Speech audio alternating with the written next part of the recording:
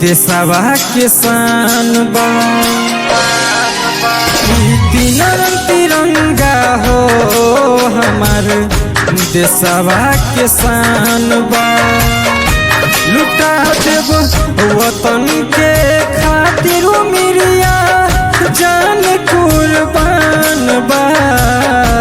लुटा देव वतन के खातिर मिरिया जान कुर्बान बा।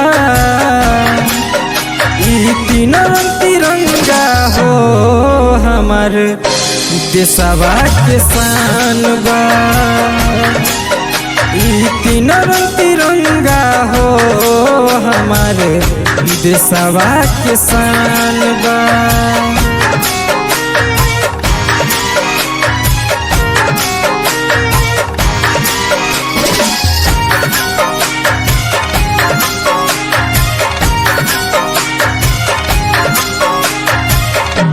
देशवा के खातिर अपन लुटा देहब जान हो।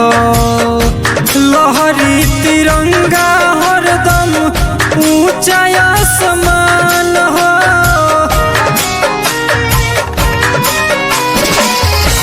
देशवा के खातिर अपन लुटा देहब जान हो। लहरी तिरंगा हरदम ऊंचा आसमान हो। हिंदू मुस्लिम ईसाई सब भाई के समान बा।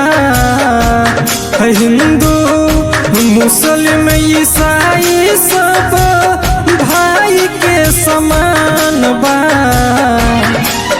ई तीन रंग तिरंगा हो हमार देशवा के शान बा। ई तीन रंग तिरंगा हो हमार देशवा के शान बा। देशवा के शान बा।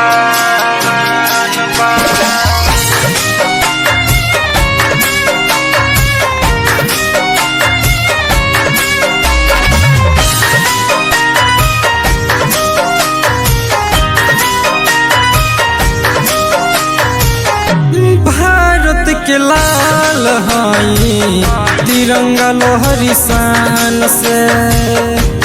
जय हिंद नारा गुजे अपन हिंदुस्तान से। अपन हिंदुस्तान से। भारत के लाल हई तिरंगा लोहरी शान से।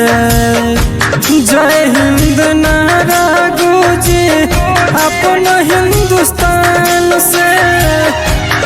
याद रखे के बाटे जवन दिल बलिदान बा। याद रखे के बाटे जवन दिल बलिदान बा।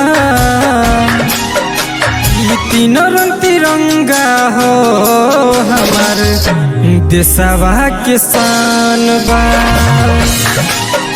ई तीन रंग तिरंगा हो हमार देशवा के शान बा।